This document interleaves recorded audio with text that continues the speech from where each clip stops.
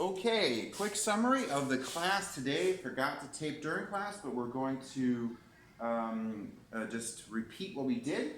We started by looking at the forces exerted by stick magnets. And specifically what we looked at was just using two magnets like this and seeing what happens if we bring the two red ends together. They repel each other. No surprise there. Look there. Okay? Or if we bring the red and the green end, the north and the south pole together, they attract. That's really basic stuff about stick magnets, regular permanent magnets. Then we expanded that concept to address the issue which we raised last time.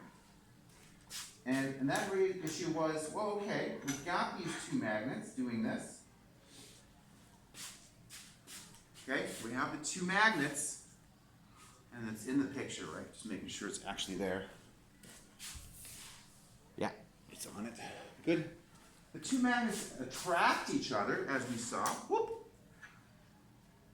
Good. And then we said, okay, well, what if we take one of these magnets and we break it in half or cut it in half? So when we take this right magnet from your perspective, we're just going to cut it in half and remove this piece.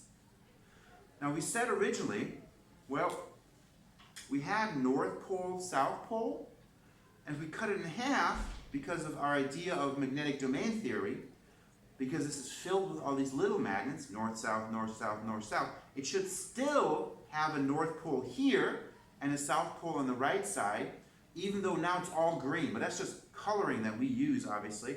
So now there should be still an attractive force, because if this is the north end, this is the south end, there should be an attraction. And it does happen that way. Okay, and if we do it the other way around, okay, we have a repulsion, good. And again, cut it in half. The repulsion should still occur, and it does. Okay, so there we go. Repulsion occurs. Okay, so that works. Then we looked at how does a stick magnet interact with ferromagnetic material such as this steel. And we said, okay, let's use a little bit bigger magnet because what the heck? Be funner. Right now, this stuff is not sticking together.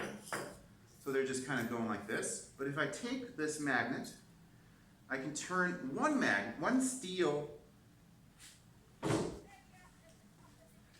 nail into a magnet temporarily. Now it is a magnet. And what it attracts to the South Pole, but it would also attract to the North Pole over here. So that shows that the steel nail can become a magnet in one direction or the other direction, but it always attracts towards a magnet, meaning that this thing can be explained using our idea of magnetic domain theory, that there are these little magnets in here that get aligned by the magnet here. Of course, if it is a magnet, now, it should also be able to attract another steel nail like over here. And we can kind of make a little chain where the bottom nail is attracted by the previous one, etc. So one magnet turns one steel nail into a magnet, and so on. So that works. We also today looked at the idea of a compass. So a compass has a tiny little magnet on a pin that's free to spin and should align itself with the magnetic field. And we made fun of this equipment because these compasses are not very good and they don't work great, but the idea is important. And we also pointed out that the word compass is used in English for two different things that are important for school. A compass like this, ein Kompass auf Deutsch, and also for a Zirkel, a device for making a circle, is also called a compass, so that's an important vocabulary distinction, being German Americans. Good. So we got this, we got that, and that is that conversation there. And then the last conversation we had is we transferred this idea over and said, okay, well that's wonderful how fascinated we are by this attraction. Wow, it attracts the other magnet like that. But that attractive force is really no more magical than this attractive force. I have an eraser in my hand and I drop it, and this other big object attracts it. The Earth attracts this with gravitational force. The two magnets attract each other with magnetic force. But there's no reason to consider one magical and one not. Okay? So both forces, magnetic forces, and gravitational, but also electric forces, are just different types of forces where objects interact with each other based on their properties. We're going to now move from that idea that those forces are similar or can be considered in parallel to learn about the concept of field, which is super helpful for us later on. It's a bit complicated, but we trust that you can understand it. So we have over here on the board the Earth. Here's another picture of it, another model. Here's the Earth. Okay, the Earth, of course, has a gravitational field. What does that mean?